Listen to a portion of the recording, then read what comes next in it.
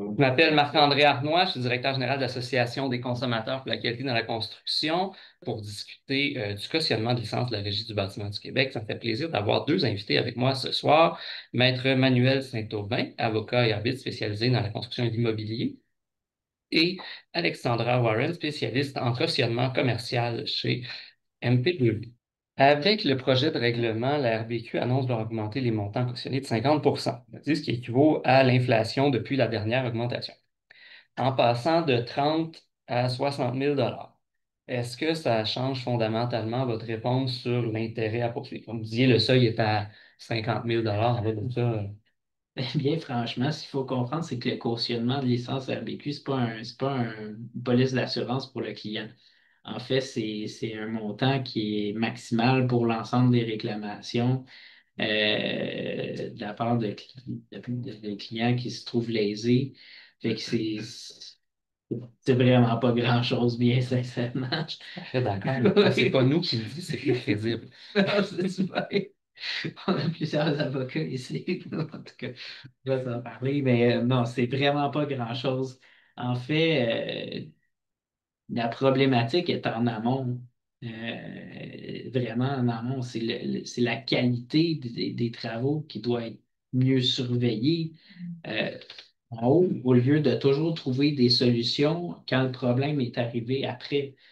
Souvent, ce que je reproche aux législateurs, c'est de donner des droits à des recours, mais il faut encore on laisse aller le problème, on pèle ça dans le cours des tribunaux, alors que souvent, on pourrait essayer de trouver une solution en amont pour éviter justement que ça se retrouve là, à, à- à faire valoir le cautionnement. Pour moi, comme je disais tantôt, le problème est en amont. Euh, Qui est pas, ça règle rien, ça, bien sincèrement. On a rajouté quoi, 20 000? On a rajouté 20 000 sur 40 000. Voyons.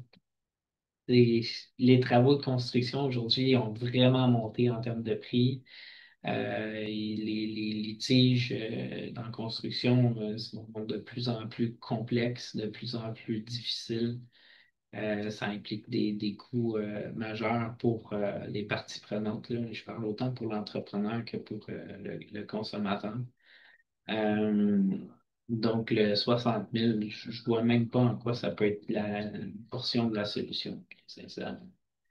C'est vraiment en amont qu'il faut travailler sur la qualité puis le contrôle de ce qui se fait parce que c'est très inégal, les travaux de construction. On peut avoir un entrepreneur qui travaille très bien, finalement, c'est absolument n'importe quoi. Donc, comment encadrer plus ce qui est en haut pour mieux protéger les clients à la suite? C'est là qu'il faut travailler, selon moi. Pour nous, le cautionnement de licence, c'est tout sur la même marche. Que vous soyez un nouvel entrepreneur qui débute dans le domaine ou que vous soyez un entrepreneur de plus de 30 ans qui est un acteur majeur dans le domaine de la construction au Québec, pour ce qui est du cautionnement de licence, vous êtes sur le même palier. Donc, les primes vont rester les mêmes, les enjeux vont rester les mêmes. On calcule pour un cautionnement de 20 000 entre 300 et 450 par année. Le cautionnement de 40 000 on est entre 475 et 650. Ça, c'est les moyennes du marché, là. Il y en a qui sont plus bas que ça, il y en a qui sont plus hautes que ça, mais ça, c'est pour un courtier ou la caution elle-même qui assure l'entrepreneur. Par contre, il faut noter que les associations, comme la PCHQ, par exemple, le Mhm. cautionnement de licence est inclus dans le membership du client. Donc, le Mhm. client ne voit pas ce prix souvent de cautionnement-là. Il va être inclus avec les autres services que l'association va offrir. C'est quoi les critères que les différentes cautions vont regarder pour établir un prix? C'est le volume d'affaires, l'expérience? Donc, en fait, le prix, souvent, on a, à travers le domaine du cautionnement, il y a des balises. Ce qu'on va regarder, nous autres, de notre côté, c'est qu'en fait, il y a deux types de cautionnement. Il y a ceux en souscription qu'on appelle et ceux sans souscription. Donc, les cautionnements avec analyse financière et les cautionnements sans analyse financière. Les cautionnements de la RBQ, pour monsieur, madame, tout le monde, si vous avez un beau dossier, puis je vais vous revenir avec les critères d'un beau dossier, mais si vous avez un beau dossier, Il n'y a pas d'analyse financière qui se fait sur votre compagnie ou au niveau personnel. La prime, elle est la même. Je vous donne un exemple. L'entreprise A, le client a fait faillite il y a 10 ans. On va faire une analyse financière. On veut voir qu'il y a une certaine équité au niveau personnel. Donc, pour accorder le cautionnement. Donc, ça, c'est les 100 souscriptions, ce qu'on appelle. La majorité des cautionnements RPQ, si vous rentrez dans les critères. Avec souscription, ça va être par exemple les cautionnements OPC. Donc, tout ce qui est commerçant itinérant, c'est avec analyse financière. Donc, on regarde les bilans personnels des actionnaires pour voir qu'il y a une certaine équité pour approuver le cautionnement. Puis, si la compagnie est déjà active, on va regarder les derniers états financiers également de la compagnie pour voir qu'il y a de l'équité au niveau de la compagnie également. En règle générale, il faut au moins que la compagnie ait le montant du cautionnement en équité, que ce soit au niveau personnel ou au niveau de la compagnie. Puis à tous les ans, on va regarder, on va faire des mises à jour financières, que ce soit au niveau personnel ou de la compagnie, en leur demandant les états financiers annuels, par exemple, pour voir qu'il y a quand même une belle continuité, puis que la compagnie ne s'en va pas dans le trou. Puisqu'au final, il faut garder en tête que s'il y a une réclamation sur un cautionnement, dans les deux cas, l'entrepreneur va falloir qu'il remette l'argent à quelqu'un. Si Mel, il donne son argent à la RBQ, il donne le 20 000 la RBQ va aller chercher sur le 20 000 du client. Si c'est la caution, s'il y a une caution de 20 000 oui, c'est la caution qui va indemniser, mais la caution va courir après l'entrepreneur pour se faire rembourser. Quand on regarde ces montants-là, si on augmentait le cautionnement de la RBQ jusqu'à, disons, 100 000 est-ce que Mhm. ça poserait des enjeux selon vous? 100 100 parce que je dis ça par expérience, mais je me dis que probablement que la caution, peut-être que les cautionnements à 100 000 seraient faits avec souscription. Mhm. Tandis qu'avec les montants actuellement, ils sont faits sans souscription. Peut-être qu'à 100 000 à ce moment-là, la caution voudrait voir des états financiers, voudrait voir des bilans personnels pour voir déjà l'équité du client. Par contre, ça fait un gros désavantage pour les gens qui veulent se partir en affaires. Mhm. Donc, est-ce qu'on encourage l'économie dans le domaine de la construction à ce moment-là?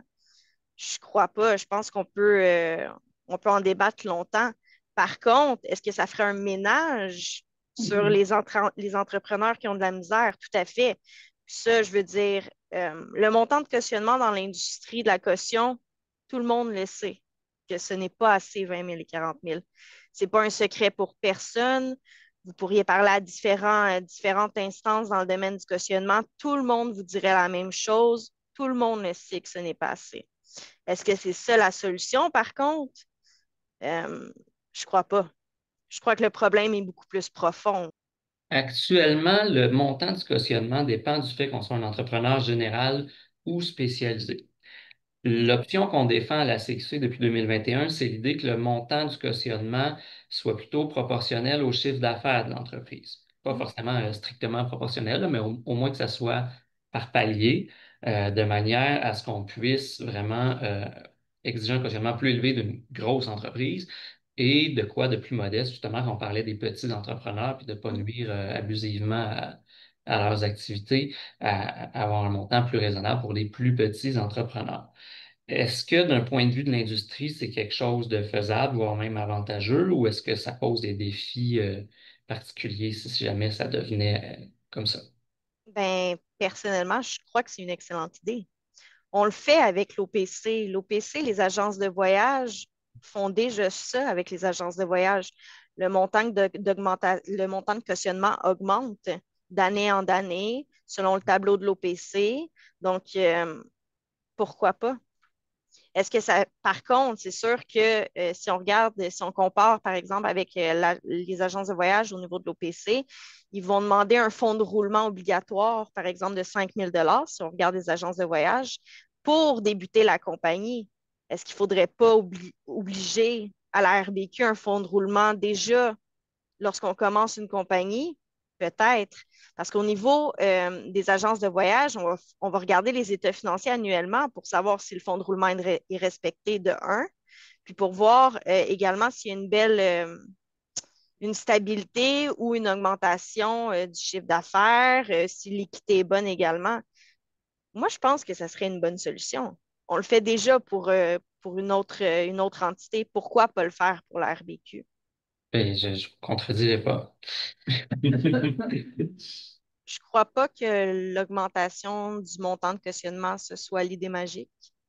Je crois faut qu'on soit qu'on aille à la source du problème. Il y a beaucoup de lois et de règlements qui devraient être mis en place dès le début.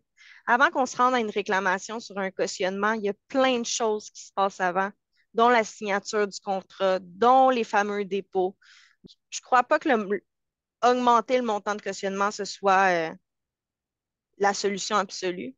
Je crois que c'est juste le gazon, mais les racines, au fond, ils doivent être changés avant tout. Oui. Bon, je ne me priverai pas d'une augmentation du montant, mais on va être tout à fait d'accord et ça revient souvent à la question que la prévention, ça coûte beaucoup Mm. moins cher. Ah, tout à fait, tout à fait.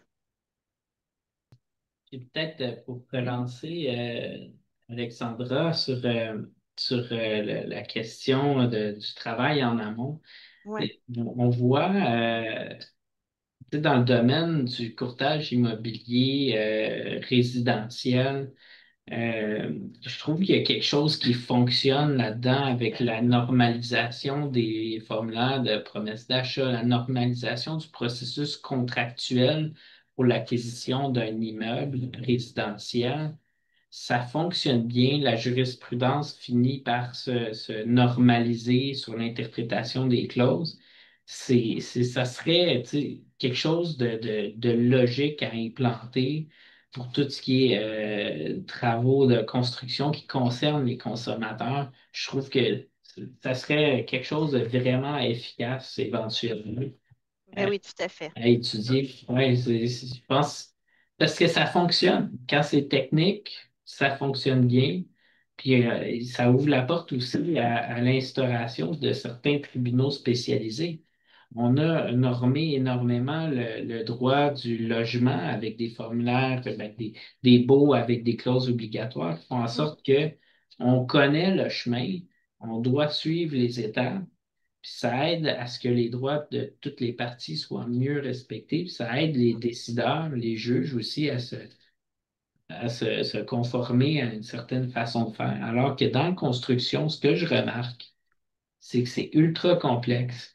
C'est les justiciables, puis autant les avocats, les entrepreneurs que les clients ont de la misère à se retrouver, les juges aussi, des fois. Ça fait que ça coûte une fortune de faire valoir des droits sur des aspects techniques.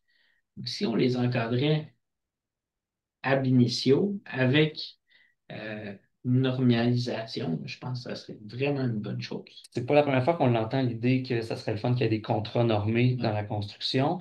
D'ailleurs, GCR a son propre contrat qu'il Oui, propose à ses entrepreneurs, oui, qui souvent vont pas l'utiliser parce qu'ils ne retrouveront pas les clauses qu'eux autres ont envie de mettre dedans. Donc, ça va prendre un législateur à un moment donné qui va, je ne vais pas dire mettre ses culottes parce qu'il y a peut-être d'autres façons de faire, là, mais qui va prendre cette option-là puis dire oui, moi j'y crois à ça. Euh, Parce que sinon, en tout cas, avant qu'on ait un contrat consensuel pour l'ensemble de l'industrie, il va falloir travailler fort. Je crois que c'est malheureusement nécessaire. oui, c'est Euh, la solution. C'est la solution. C'est devenu trop complexe. La BQ a aussi un contrat.